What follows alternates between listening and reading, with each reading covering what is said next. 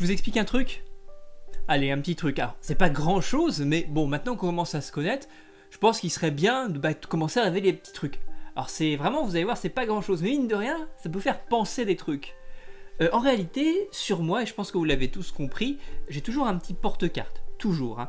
Et à l'intérieur de ce porte-carte, j'ai toujours des cartes un peu particulières.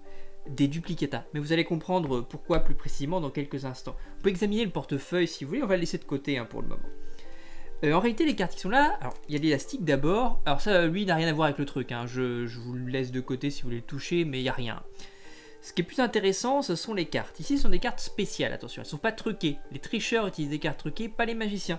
Moi, je dis les cartes spéciales, attention, j'insiste là-dessus. Hein.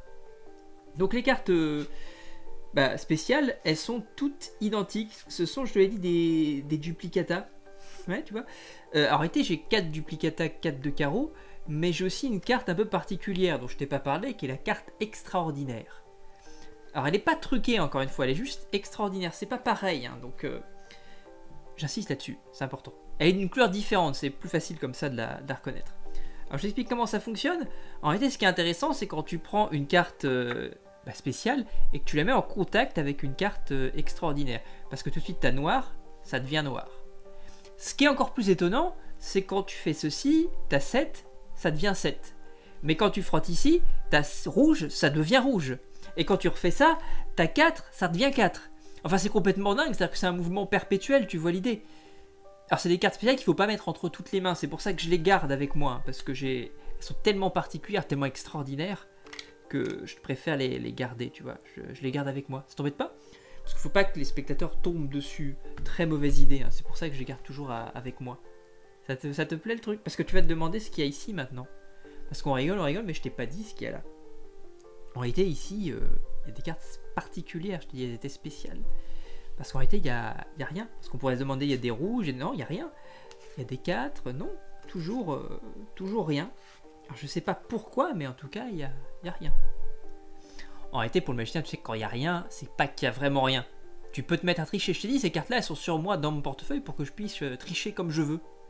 Et si tu viens juste là, tu fais ce petit mouvement et clac, tu récupères un as. Un as, c'est intéressant dans un jeu. Si tu commences à additionner un as, mais on peut faire pire si tu veux. Tu passes dessus comme ça. Juste ce petit mouvement-là. Et personnellement, tu as un 10 de pique. Et mine de rien, tu peux commencer un peu à anticiper. Parce que tu te 10 de pique, as de pique, on peut peut-être commencer à faire un truc cool. Bah ouais, pourquoi pas. Un royal flush à pique. Là, ça devient intéressant pour Grogé. Si tu as un royal flush à pique caché sur toi sans que les gens s'en rendent compte, là, ça devient dingue. Alors le souci, c'est quand même dans ta poche, t'as toujours des preuves compromettantes. On va essayer de pas bidouiller. Enfin, si jamais on me chope avec mon portefeuille, on sait jamais, ça peut arriver, un spectateur me le prend des mains. Bah moi, je me débrouille comme ça. Parce que bon, juste ces 2 cartes là, si tu les regardes, ça le fout pas trop. Par contre, si tu veux juste faire là, clac, tu dis mais non, j'ai rien. J'ai juste 4-4. Ah là, ça devient intéressant parce que mine de rien, en plus 4-4, ça te fait un carré. T'as une quinte flush à pique plus un petit carré sympatoche, ça vaut toujours le coup pour tricher, c'est toujours sympa. Mais après tu me dis comment tu triches, parce que mine de rien tu vas jouer dans des parties diverses avec des potes qui ont des jeux de cartes différents. Comment faire? Mais on peut faire quelque chose. Hein. Tu prends simplement tes 4 et tu peux adapter comme ça les cartes au jeu. Là ça devient intéressant parce que tu l'adaptes. Alors ta quinte flush elle a un dos différent de celle-ci parce que tous les dos sont différents des 4. Et ben là il n'y a plus rien à voir. Si le mec il essaye, il examine, ça changera rien, il peut tout examiner, je peux rien faire pour lui là pour le coup. Hein. Donc là je vous en dis peut-être un petit peu, un peu beaucoup peut-être même. Enfin bon c'est à vous de voir, hein. Je vais garder ça de côté, on range, c'est qu'un petit bout, hein. Mais mine de rien c'est plutôt cool.